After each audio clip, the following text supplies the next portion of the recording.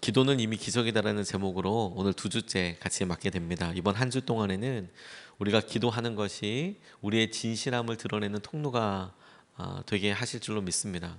우리가 기도하게 되었다는 것이 우리가 하나님을 향한 우리의 마음의 확정됨을 우리가 어디까지 믿고 신뢰하고 있는지를 드러내는 중요한 시금석이 될 것이다. 오늘 그 첫 번째 날로서 엘리에셀이 기도하는 이 기도 내용을 통해서 주님께서 우리의 만남을 이끄시고 오늘 하루를 이끄실 때에 주님과 함께하는 우리 가운데 기도로 인하여서 생기는 은혜가 무엇인지, 우리가 붙잡을 수 있는 우리에게 생기는 것이 무엇인지에 대해서 오늘 본문 말씀을 같이 묵상하고 싶습니다. 기도를 통해서 우리가 스스로 확인할 수 있는 것이 있다면 하나님께서 우리가 얼마나 하나님을 신뢰하는 것인지, 그리고 이 과정에서 주님께서 우리를 인도하고 계시는 것이 맞는지, 이것을 우리가 알 수 있어요. 놀랍게도 오늘 본문 말씀을 보면 이 만남을 위한 기도를 보게 됩니다. 12절로부터 14절까지 말씀이 이렇습니다. 그는 기도하였다. 주님, 나의 주인 아브라함을 보살펴 주신 하나님, 오늘 일이 잘 되게 하여 주십시오. 나의 주인 아브라함에게 은총을 베풀어 주십시오. 제가 여기 우물 곁에 서 있다가 마을 사람의 딸들이 물을 길르러 나오면 제가 그 가운데에서 한 소녀에게 물동이를 기울여서 물을 한 모금 마실 수 있게 하여 달라 하겠습니다. 그때 그 소녀가 드십시오, 낙타들에게도 제가 물을 주겠습니다 하고 말하면 그가 바로 주님께서 주님의 종 이삭의 아내로 정하신 여인인 줄로 알겠습니다. 이것으로써 주님께서 저의 주인에게 은총을 베푸신 줄을 알겠습니다. 이렇게 말하고 있습니다. 만남을 통해서, 이 만남을 위해서 엘리에셀이 기도할 때 이 본문 말씀에서 두 번이나 반복되는 그냥 쉽게 지나칠 수 있는 표현이 있어요. 그게 뭐냐면 알겠습니다 라는 단어입니다. 내가 구체적으로 이렇게 기도했는데 하나님께서 이렇게 응답하여 주시면 하나님께서 그 사람을 이삭의 아내로 삼으신 것을 내가 알겠습니다. 그리고 내가 아브라함 우리의 주인에게 하나님께서 은혜를 베푸신 줄로 내가 알겠습니다 라고 두 번이나 반복하고 있는 거예요.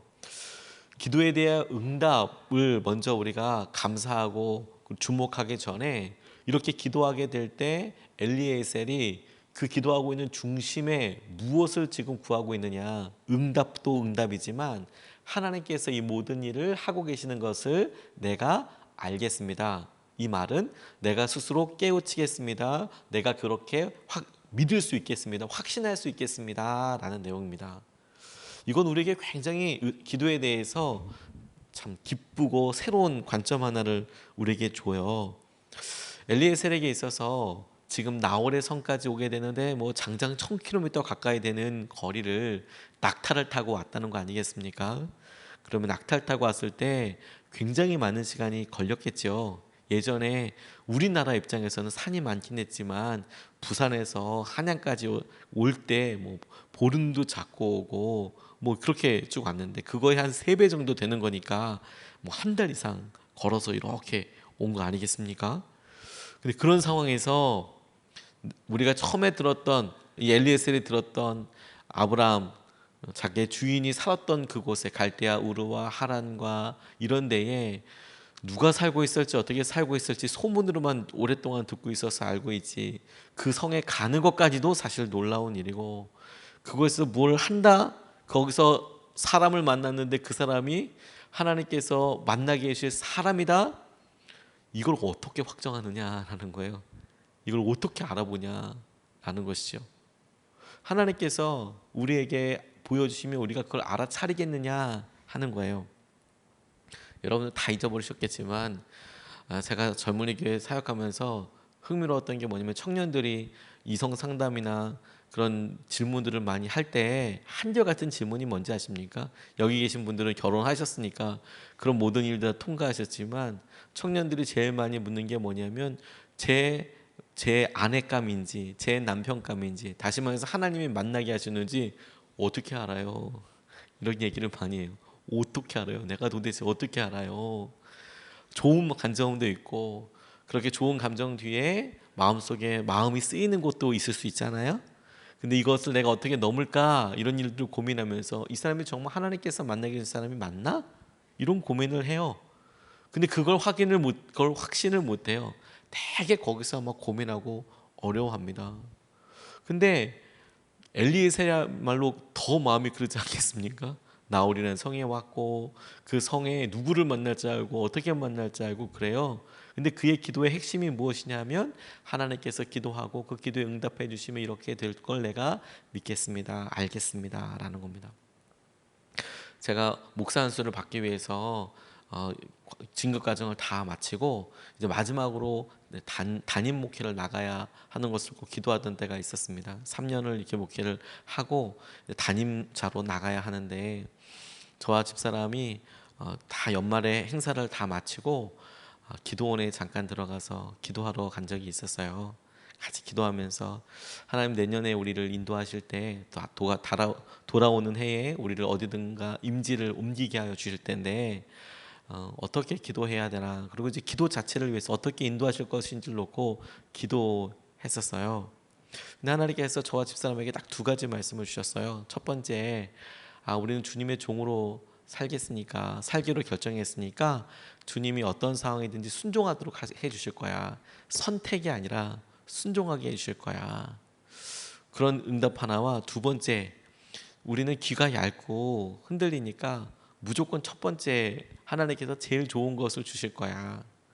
그래서 무조건 순종한다. 어디든지 순종한다. 두 번째, 무조건 첫 번째 간다. 이게 주님께서 우리가 목회자가 되기 위해서 담임으로 나가게 될 때 하나님께 쓰신 두 가지 기준이었어요. 그러니까 마음이 진짜 편하더라고요. 하나님께서 그렇게 인도해 주실 거야. 그렇게 기도하고 내려왔어요. 그러고 나니까 그해 이렇게 열심히 사역하면서 마음이 흔들리지 않았습니다. 좋은 친구들, 제 주위의 동기 목사님들이 가끔 전화하고 그러면 아우 전사님 어때요? 마지막에 어떻게 임지는 있어요? 뭐 이런 얘기들 친하니까 하거든요. 구름도 안 보여, 구름도 안 보여. 막 이런 얘기 하기도 하고 서로가 어디 가야 되나, 하나님 어디로 부르실까, 그런 고민들 하거든요. 그런데 그런 고민 진짜 하나도 안 됐어요. 그런데 그렇게 여름을 뜨겁게 단기 선교도 다녀오고 참 은혜롭게 보내고 있던 때에 마지막에 인도네시아라는 나라에서 선교사님과 함께 교제할 때 그 선교사님이 마지막 선교팀이 이렇게 식사하고 이럴 때 저한테 청천벽력 같은 이야기를 하셨어요. 인도네시아 선교사로 오라고 제게 말씀하시더라고요. 인도네시아 선교사로 와라. 깜짝 놀랐습니다. 이분이 저희가 선교 훈련 다 받은 거 어떻게 하셨는지 모르겠어요. 저랑 집사람이 하나님께서 선교사로 부르시던 어디로 부르시는 그냥 간다, 그런 생각하고 왔는데 인도네시아 선교사로 들어오라고 하는 거예요. 그래서 저희 첫 번째 부르심이라고 생각했습니다. 그래서 이걸 당시에 담임자였던 구자경 목사님이라는 분한테 어떻게 말씀드리면 되나 이러고 고민하고 있는데 그 주에 와서 목사님이 여러 선교 이런 이야기를 나누면서 흡족해 하시면서 식사 자리에서 팀이 왔으니까 수고했다라고 밥 사주셨거든요. 너무 은혜롭게 잘 돼서 저한테, 제가 앞에 있는데 막 웃으시면서 이렇게 하시는 거예요. 야, 너 그러다가 인도네시아 선교사 가겠다 이렇게 얘기를 하시는 거예요. 진짜 깜짝 놀랐습니다. 그래서 그 다음날 바로 찾아갔어요. 목사님, 사실은 선교사님 이렇게 얘기해서 저희 집이 깜짝 놀랐고 그래 기도해야 되는 거라고 생각하고 있습니다. 마음의 준비를 하고 있습니다. 그랬더니 그게 그 목사님이랑 첫 번째 저의 진로에 대해서 이야기하던 거였어요. 근데 저희 목사님이 저한테 언제씩 보시면서 그동안에 저를 정말 아들처럼 사랑해 주시고 많이 아껴주셨거든요. 이제 인도네시아 선교사 가겠다고 이렇게 말씀했더니, 그렇게 얘기를 들었고 분배하고 기도한다고 했더니 가만히 이렇게 보시면서 선교사가 별로 아닌 것 같다고, 차도사는 옆에서 이렇게 계속 지켜보고 그랬는데 외국에서 목회하는 건 맞는 것 같은데 미국에 가서 목회하는 게 맞는 것 같아, 이렇게 이야기를 해주셨어요. 깜짝 놀랐죠. 그런데 고민이 되지 않았습니다. 왜냐하면 하나님께서 제게 순종할 수 있도록 순종하라고 말씀하셨거든요. 순종하고, 첫 번째 무조건 순종하고, 첫 번째 순종해서 말씀을 저는 일단 드렸는데 저의 리더십이었던 저에게 같이 멘토로 있었던 목사님이 아니야, 네가 갈 곳은 이쪽이야 라고 이야기해 주니까 고민하지 않고 그렇구나 라고 생각했어요. 근데 너무 신기한 것은요, 미국에 가야 되는 건가 보다 라고 그렇게 기도하기 시작하니까 정말 신기한 게 미국에 계신 목사님들한테 생전 연락 안 하던 분한테 연락이 오는 거예요. 그리고 메일도 오고요. 그리고 그분이 저에게 가야 될 장소와 그쪽에 감리교회는 그 감리사님이 계시거든요. 이 감리사님이 미국은 힘이 굉장히 있으세요. 그래서 임지도 결정하고 막 그렇게 되시거든요. 미국 감리사님이랑 연락이 됐어요. 그래서 어떤 거 준비하고 이렇게 진급으로 같이 가자. 그래서 이메일도 영어로 여러 번 주고받고 그렇게 준비하기 시작했습니다. 근데 진짜 신기한 것은 당시에 제가 성경 공부 이렇게 인도할 때 하나님을 경험하는 삶이라는 성경 공부를 같이 하고 있었거든요. 근데 그런 성경 공부를 하고 있다가 그 과중에 하나가 하나님은 말씀하신다예요. 근데 그걸 이렇게 공부하면서 기도하는데 하나님께서 뭔가를 말씀하실 것 같은 거예요. 뭘 말씀하실까? 기대도 되고 가슴이 두근두근 떨리기도 하고. 그런데 그렇게 가슴이 두근두근 떨리던 어느 날 명절이어서 담임 목사님한테 인사하러 이렇게 갔거든요. 이렇게 너무 감사하다고 그렇게 인사하러 갔는데 세상에 그 자리에서 제가 목회하게 되었던 고사리 교회 담임 목사님이 와 계신 거예요. 그리고 그분이 오신 그 자리에서 내가 가야 될 곳이 미국이 아니라 충북 괴산군 영풍면 원풍리 20번지구나. 하나님께서 알게 해주셨어요. 하나도 고민이 되지 않더라고요. 하나님께서 우리에게 말씀하시고 순종하겠다고 결정하니까 기가 막히게 응답하여 주시더라고요. 제 삶에 하나님께서 기도하는 것을 통해서 흔들리지 않는다, 안정감을 준다, 이게 하나님의 뜻대로 되는 것이다. 저는 분명히 알았어요. 기도하면서 하나님께서 이렇게 이끌어 주셔. 하나님께서 이렇게 응답해 주셔. 엘리에셀이 지금 내가 주인을 위해서, 주인의 아들을 위해서 이렇게 여인을 만나러 왔는데 하나님께서 이렇게 열어주시면 내가 그 사람인 것을 알겠습니다. 그렇게 확신하는 장면들을 보면 하나님께서 그 기도한 것을 통해서 알게 해주시는 거예요. 그러니 여러분, 오늘 우리가 기도할 때, 오늘 하루를 우리가 보낼 때 우리가 일주일을 이렇게 열면서 드리는 기도가 기도의 응답에도 포커스가 있지만 하나님께서 우리를 인도하고 계셔, 하나님이 우리를 함께하고 계셔, 여기에도 하나님께서 놀라운 은혜와 축복을 우리에게 주세요. 흔들리지 아니하는 안정감 위에 거하게 하여 주실 거예요. 두 번째로 주목하게 된 것이 뭐냐면 이제야말로 기도의 응답에 대해서 붙잡아야겠다는 생각을 하게 됐어요. 하나님께서 먼저 기도를 하면서 하나님이 인도해 가시는 거구나를 분명히 알게 하실 뿐만 아니라 두 번째로 그 기도에 응답하여 주세요. 15절 말씀을 보면 기도를 미처 마치기 전에 리브가가 물동이를 어깨에 메고 나왔다. 그의 아버지는 부두엘이고 할머니는 밀가이고 밀가는 아브라함의 동생 나홀의 아내로서 아브라함에게는 제수벌이 되는 사람이다. 이렇게 말씀하세요. 그런데 주목하게 된 것이 무엇이냐면 기도를 마치기 전에라는 단어입니다. 기도를 마치기 전에 엘리에셀이 기도하고 있는 내용이 뭐냐면 하나님, 내가 얻은 소녀에게 물을 달라고 부탁을 하면 그 소녀가 낙타까지 싹 다 먹으면 주님께서 준비하신 사람이라는 것을 알겠고 아브라함에게 하나님께서 복을 주신 것을 내가 알겠습니다 라고 기도를 마치기도 전에 리브가가 나오고 있었다라는 거예요. 그녀를 먼저 보고한 게 아니라 기도를 하고 있는데 그 기도가 끝나기 전에 리브가가 나오고 있어요. 근데 이 장면을 가만히 보면요, 엘리에셀은 리브가를 처음 보는 것이고, 그리고 엘리에셀이 마침내 리브가에게 어느 집 딸이니 뉘대 규수입니까? 라고 물기 전까지 아브라함과 인척관계라는 것을 몰랐습니다. 그런데 아브라함이 뭐라고 부탁했냐면요, 자기 본토 친척으로 돌아가서 그쪽으로 가서 내 혈족 중에서, 내 친족 중에서 이삭의 아내를 데려오라고 이야기하거든요. 그런데 지금 엘리에셀 같은 경우에는 그 사람을 먼저 물어봐서 어느 집 교수입니까? 어느 집 딸입니까? 먼저 물어보고, 그리고 그렇게 이야기할성 쉽잖아요. 근데 그게 아니고 그냥 기도했어요. 근데 그 기도가 마치기 전에 리브가가 오고 있었어요. 그리고 그 리브가는 제수벌쯤 되는 사람이었대요. 족보로 그렇대요. 언제 하나님께서 응답하신 걸까요? 기도가 시작되고 나서일까요? 어떻게 될까요? 라고 우리가 질문해 보면 참 재미있게 하나님께 기도할 수 있는 것이 많지만 중요한 게 기도를 마치기도 전에 리브가가 그에게 왔다는 거예요. 하나님께서 미리 준비하시고 그의 삶에 그 기도와 함께 일하고 계신다라는 것이죠. 우리가 오랜 동안 기도한 것이라고 하는 일들이 저는 이런 상상을 해봤습니다. 아직 우리가 기도에 아멘을 하지 못한 기도를 계속하고 있는 거구나.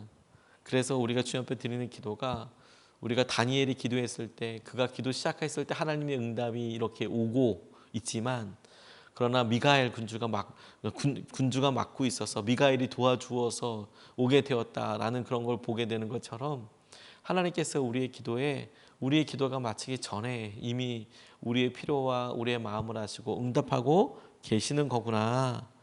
그게 굉장히 중요한 거구나. 하나님께서 우리에게 행하시는 것을 우리가 그렇게 볼 수 있겠구나. 그렇게 붙잡게 됐어요.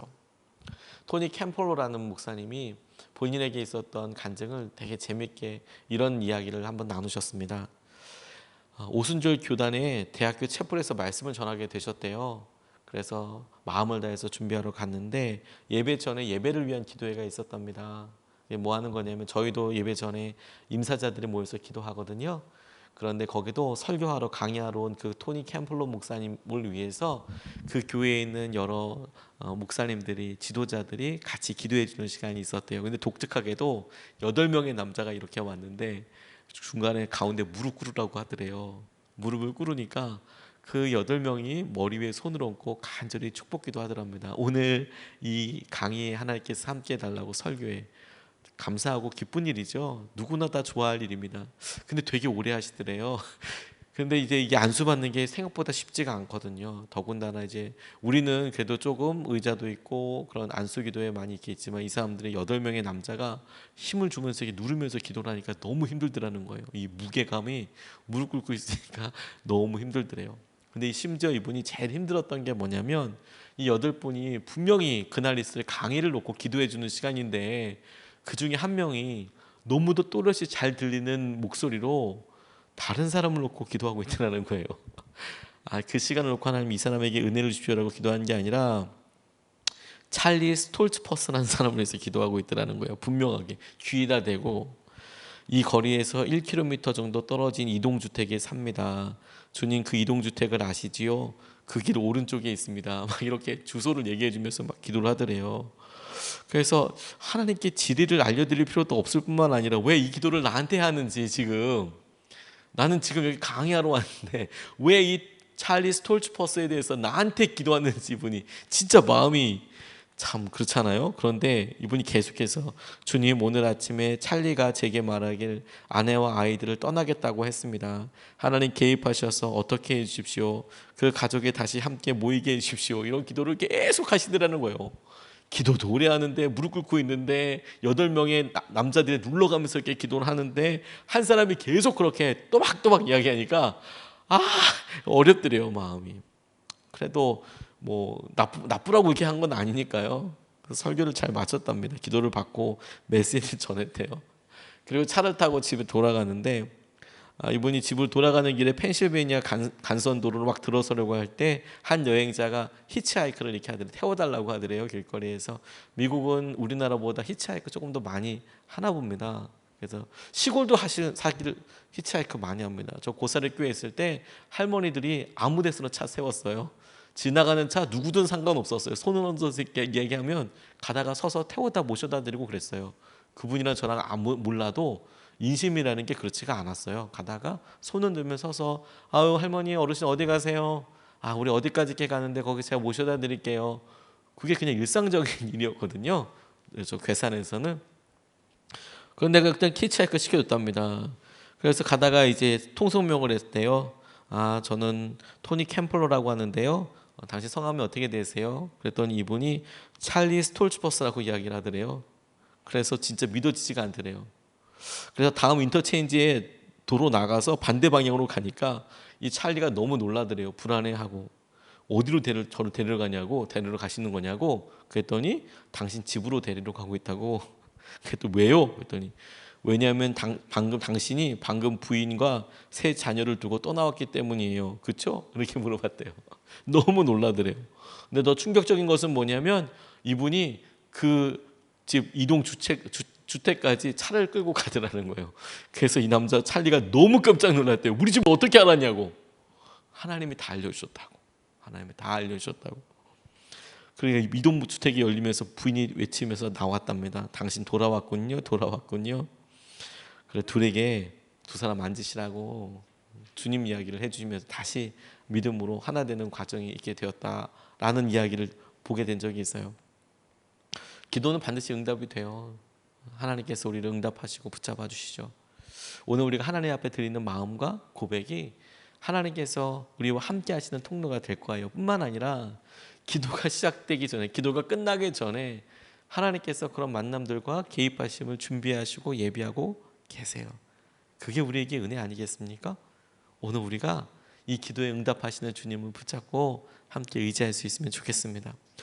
두 가지 말씀을 같이 나눴어요. 첫 번째, 하나님께서 이 기도를 통해서 만남을 위해서 기도하는데 우리가 확신을 가질 수 있도록 하나님께서 인도하시는 것을 기도하는 것을 통해서 알게 해주신다, 확신하게 해주신다. 두 번째, 하나님께서 우리의 기도에 확실히 응답하신다라는 겁니다.